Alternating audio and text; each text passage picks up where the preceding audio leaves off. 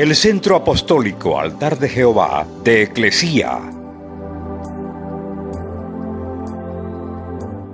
presenta lo mejor del trigo. Conduce Lourdes Bravo de Villar.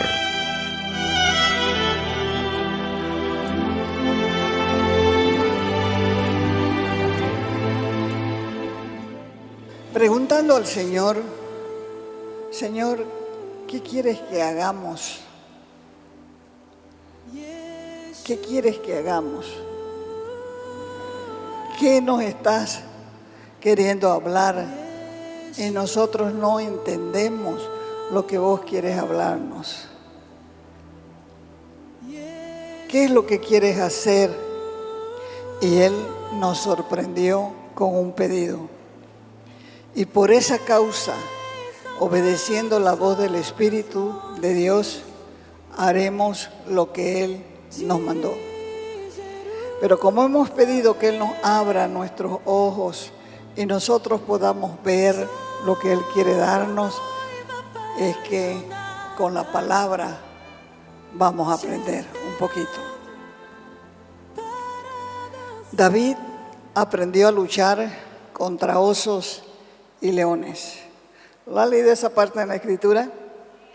Entonces uno ve detrás de eso, primero está lo físico, porque cada vez que venía un león o un oso a robarse una ovejita de su redil, él tomaba su vara, golpeaba al animal, lo hacía soltar la presa y salvaba la oveja.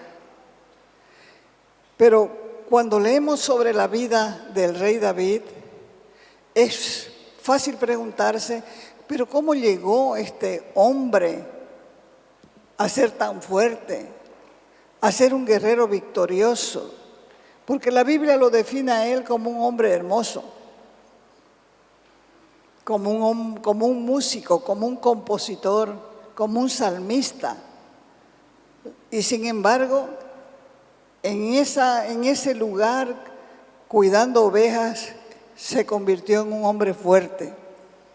Y la fe que él tenía era una fe asombrosa, sobre todo cuando leemos los pasajes como aquel donde se encuentra con Goliat. Él le dice algo tan increíble justo antes de la pelea. Primera de Samuel, capítulo 17. Versos del 34 adelante. Cuando no había nadie, que venía el paladín filisteo, hablaba groserías, avergonzaba al ejército de Israel y no había nadie que le respondiera. Hasta que David le respondió a Saúl. Tu siervo, le dijo, era pastor de las ovejas de su padre. Y cuando venía un león o un oso y tomaba algún cordero de la manada, salía yo tras él y lo hería y lo libraba de su boca. Y si se levantaba contra mí, yo le echaba mano de la quijada y lo hería y lo mataba, fuese león, fuese oso, tu siervo lo mataba. Y este filisteo incircunciso será como uno de ellos, porque ha provocado al ejército del Dios viviente. David sabía que Dios estaba con él. No le quedaba duda, porque cada vez que él tenía que pelear sentía la presencia de Dios que le daba una fuerza descomunal. Por algo él se forjó su vida antes de enfrentarse con Goliat. Él solo tendría en aquel tiempo unos 12 o 13 años cuando fue ungido como rey. Cuando llegó el profeta a la casa de su padre Isaí, el padre les mostró sus hijos adulados, los que él consideraba dignos de ser rey. Pasó el uno, lo vio Samuel y dijo, este debe ser, porque era un hombre bien plantado, el hijo de Isaí, el hijo mayor de Isaí. Y el Señor le dijo a Samuel, no estés mirando así, no es este el que yo he escogido. Y le fue presentando hijo tras hijo, y el Espíritu Santo le decía a Samuel, no es este, no es este, no es este. Pasaron todos los hijos que tenía Isaí en su casa, y le preguntó Samuel, ¿no tienes otro hijo? Dijo Isaí, sí, tengo un hijo más, el que cuida las ovejas. Pero como la misma Escritura dice que la madre de David en pecado lo concibió, este hombre no era importante ni para su padre, no era importante para su madre tampoco, porque su madre nunca se da el nombre. Solamente se sabe que la madre lo concibió en pecado. Por lo tanto, el rey David era un bastardo. Así que le dijo, sí, tengo uno. Mandalo llamar, le dijo, porque no vamos a comer hasta que venga. Entonces, este muchacho que atendía el rebaño del padre de 12 o 13 años, cuando él llegó, le dice el Espíritu Santo, este es para toda la familia el insignificante, este es, úngelo. Y entonces fue ungido por el profeta Samuel como rey. Todas las familias tenían a sus hijos más menospreciados y pequeños, cuidaban las ovejas. ¿Te imaginas un muchacho de 12 y 13 años en la ladera de una montaña con 100 ovejas que son básicamente la comida de los osos, los lobos, los leones? Imagínate a David, todavía un niño sentado junto a una fogata de noche con mucho frío, escuchando cómo se quebran las ramitas y preguntándose, ¿qué es esto? ¿Será un león? ¿Será un oso? ¿Será un lobo? ¿No le ha pasado así a usted cuando queda en su casa y escucha un sonido, se asusta, ¿no? Y está preguntándose y el corazón le salta en el pecho, ¿qué será? ¿Qué será? ¿Qué será? Así estaba este muchacho, cuidando las ovejas de su padre, con el pecho que le saltaba cuando escuchaba una bullita. Allí fue donde David aprendió a tener una fe tan grande y un espíritu aguerrido. Aprendió en una ladera de la montaña cuando era un muchacho pequeño. Aprendió a confiar en Dios en los momentos de oscuridad, de más fragilidad, de dificultad. Todos hemos pasado momentos así. Y esos son los momentos en que Dios puede forjar algo realmente profundo en nuestras vidas. Todo mundo quiere la unción del predicador, pero no sabe los procesos. Porque cuando nosotros venimos para hacer los propósitos de Dios, Él nos muestra el comienzo y el final, pero todo el proceso no dice absolutamente nada, y es en el proceso que Él nos forja, es en el proceso que Él nos transforma. Por eso es que nos manda, como dice la Escritura, a hacer fiesta en el desierto, cuando estamos solos, cuando nadie nos ve. Nosotros podemos hacerle una fiesta al Señor. Y cuando entramos en esos momentos de fragilidad, en el que sentimos que no podemos manejar lo que está pasando, tenemos que confiar en Dios. Ahí es cuando experimentamos su gloria, su presencia, y ahí es cuando Dios puede hacer una obra profunda en nuestro corazón para fortalecernos para futuras batallas. Recuerden su paternidad de juventud. La paternidad es algo grave porque de repente uno se ve con la responsabilidad de los hijos y tiene mucho temor porque tiene que criar hijos sin saber. Y el padre tiene que trabajar y trabajar y trabajar para que la familia tenga para comer y para sus necesidades, para sus estudios. Crecen los hijos y los hijos como si nada con los padres. ¿Hasta cuándo? Hasta que ellos se convierten en padres. Y entonces ellos pueden recordar sus propios padres, sus propias madres. Antes no, pero la experiencia es lo que le lleva a fortalecerse para batallas futuras. El león y el oso solamente eran instrumentos, una oportunidad disfrazada de peligro, porque David no cuidaba sus propias ovejas, sino las ovejas de su padre. Nadie miró en ese entonces cómo él llegó a enfrentarse con las fieras. Nadie sabía de esas cosas, ni siquiera su propia familia. Ni la familia sabía de las hazañas de David. Él se ha debido dar cuenta que en la pelea con esa fiera no era más que un ejercicio para prepararles para pelear con los enemigos de Israel. David amó, cuidó, protegió las ovejas de su padre. ¿Cuánto más podría él cuidar las ovejas de Dios, es decir, a su pueblo? Porque de hacer estas tareas insignificantes nació un guerrero. De pastorear ovejas de su padre, se convirtió en pastor de Israel. Se convirtió en rey y enfrentó a quien intentaba esclavizar a los hijos de Dios.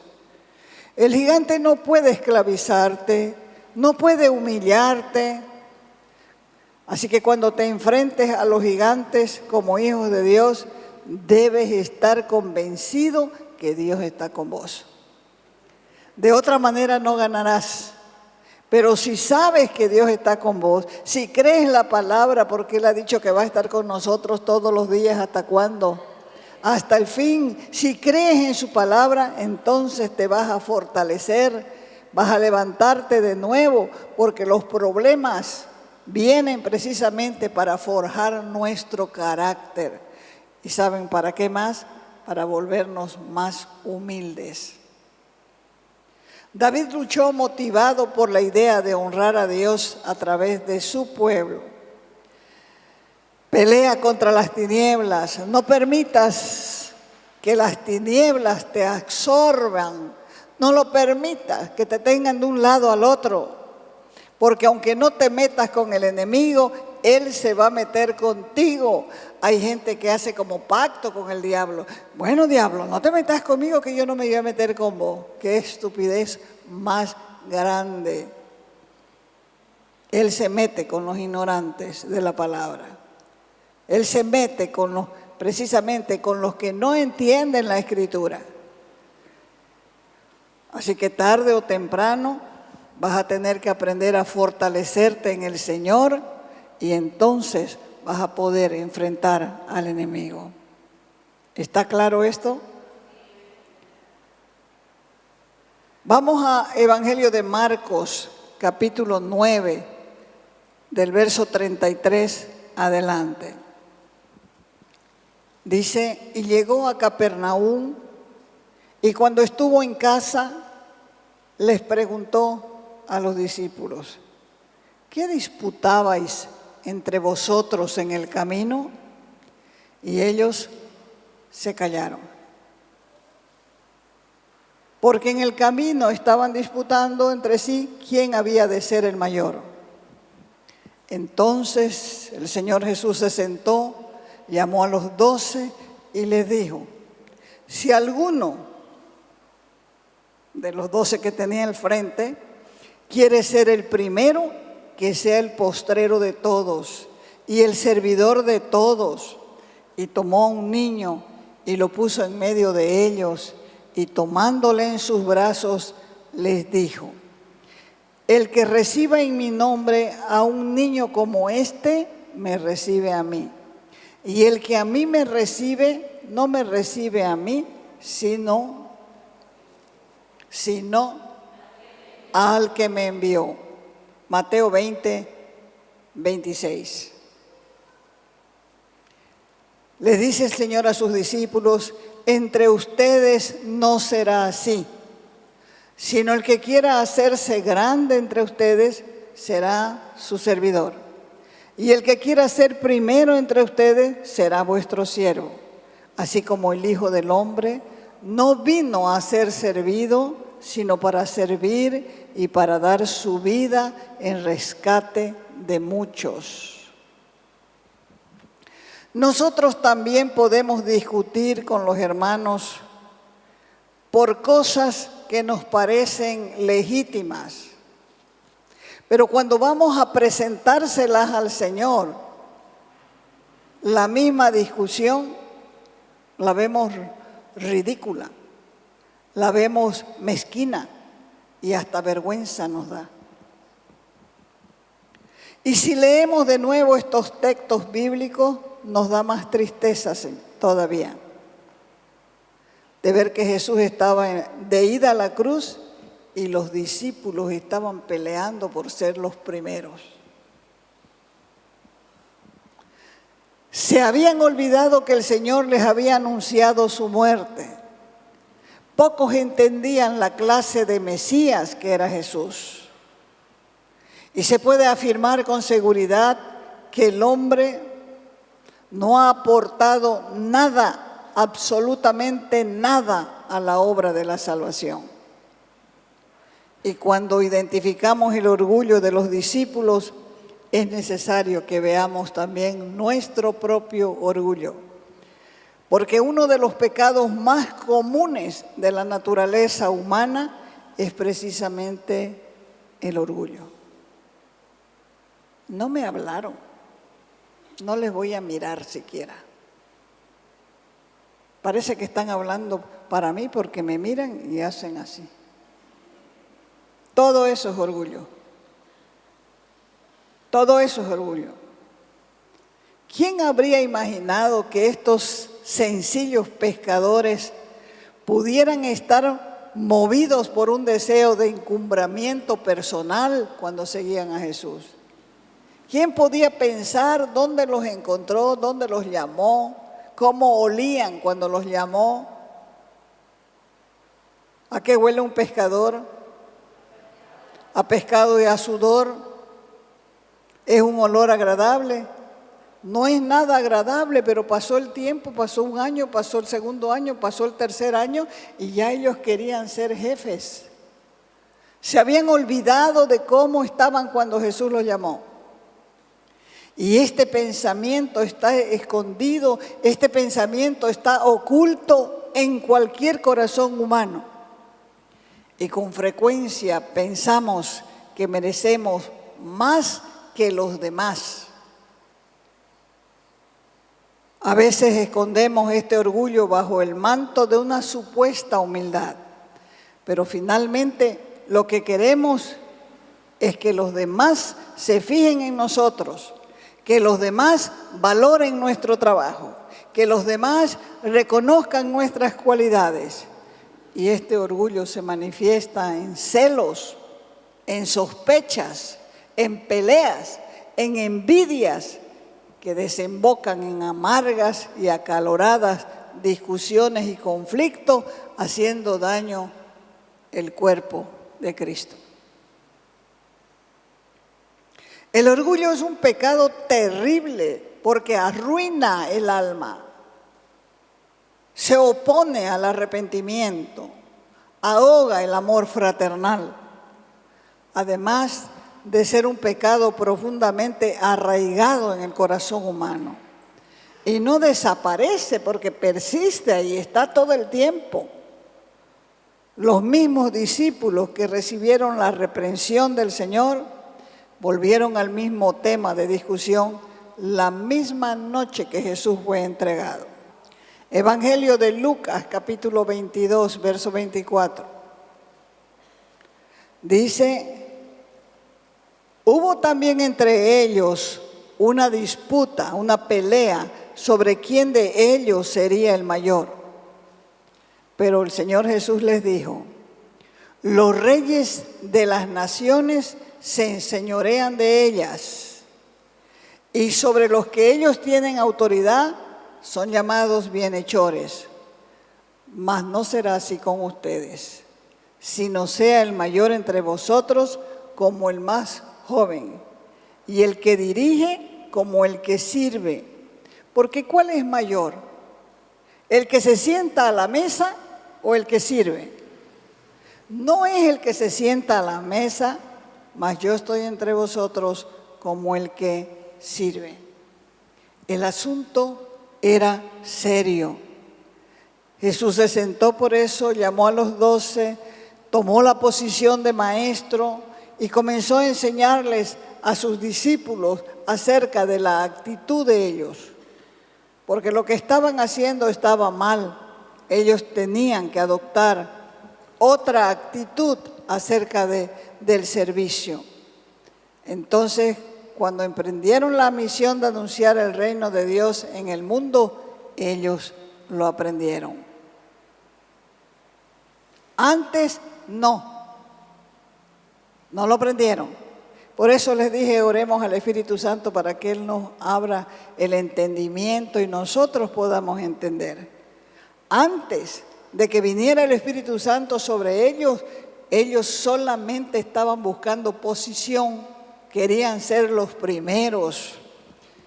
Así que la historia ha demostrado la importancia de esta lección y lo mal aprendida que ha sido por una gran parte importante del llamado cristianismo. ¿Cuántos abusos de poder? ¿Cuánto abuso de autoridad se ha cometido en el nombre de Cristo? Y no es de extrañar entonces que el mundo haya perdido el respeto por lo que considera las manifestaciones incompatibles con lo que Cristo enseñó. Nosotros miramos a la iglesia de hoy y vemos la iglesia totalmente mundana. La iglesia no le importa la santidad, la iglesia no tiene temor de Dios, la iglesia está haciendo payasadas en la misma iglesia. Y por eso es que el Señor nos habla de tal manera para que nosotros no hagamos lo mismo. Nunca debemos olvidar que los valores del reino de Cristo son completamente opuestos a los de este mundo. Jesús enseñó que se llega a la plenitud de la vida por medio de la negación de uno mismo. Por eso dijo el Señor, si el grano de trigo no cae en tierra y muere, queda solo. Pero si muere, lleva mucho fruto. ¿Cuánto necesitamos morir a nuestras aspiraciones de ser grande? ¿Cuántos necesitamos morir? ¿Cuántos necesitamos entender que Dios no actúa así? Porque no te va a dejar levantarte hasta que mueras a vos mismo. Cuando mueras a tus deseos propios de engrandecimiento de tu propia vida, de ser el mejor líder, de ser el más importante, recién podás dar, como dice la Escritura, mucho fruto. Porque el que reserva su vida para sí, la pierde, pero el que la entrega por amor, la gana. Se trata de vivir el amor, la entrega a Dios y a los demás. Y esta es la enseñanza que nos deja la historia de la semilla que hoy nos corresponde meditar. Morir para multiplicarse.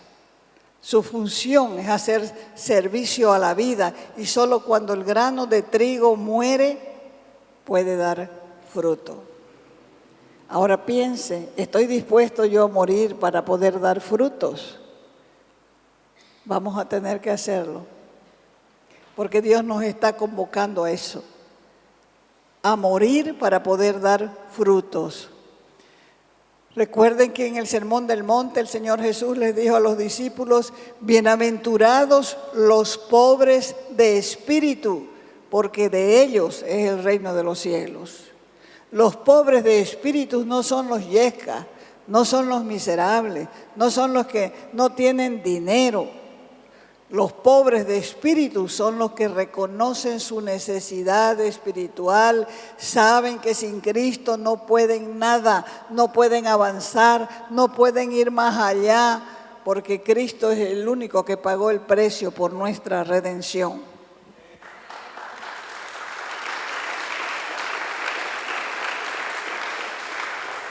Pero en el mundo es totalmente diferente. Los primeros son los ricos. Los primeros son los poderosos. Los primeros son los fuertes. Por eso es necesario entender que si queremos seguir a Jesús, primero tenemos que romper los moldes de este mundo, porque la grandeza en el reino de Cristo no consiste en gobernar, no consiste en recibir honores, sino en servir. Por eso decía el Señor: no busquen los primeros puestos. No estemos preocupados por los puestos. Los 5 ministerios en la iglesia son oficios, pero cuando uno comienza, quiere que le digan pastor o pastora. Quiere que la gente lo reconozca. Quiere ser el grande, pero en el proceso, en el desierto, entendemos que el grande es solamente uno y se llama Jesucristo.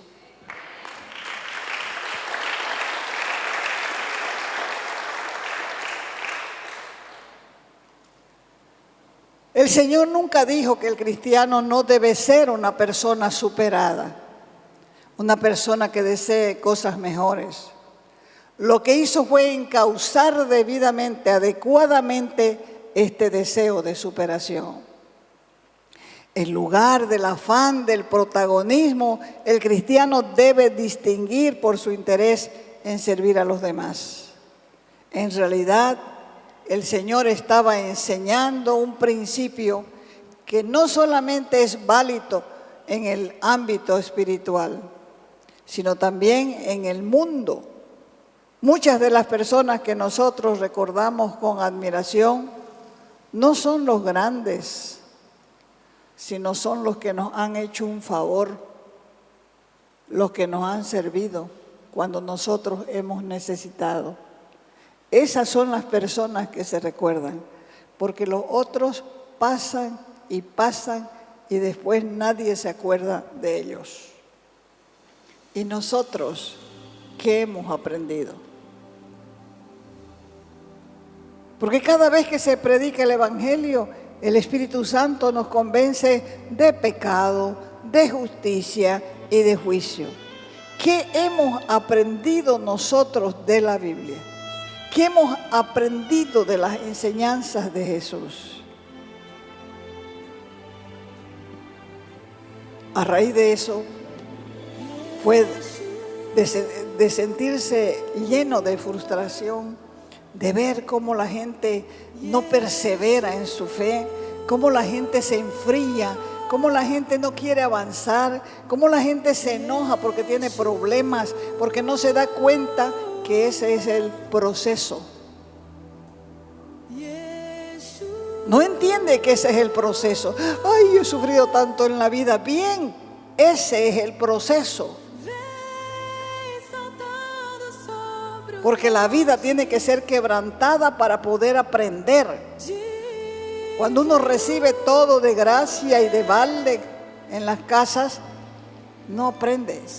Pero cuando uno en el proceso trabaja y brega por levantarse, entiende y esa persona se convierte en productiva. Te invitamos a nuestras reuniones los días viernes y sábado a las 6 de la tarde.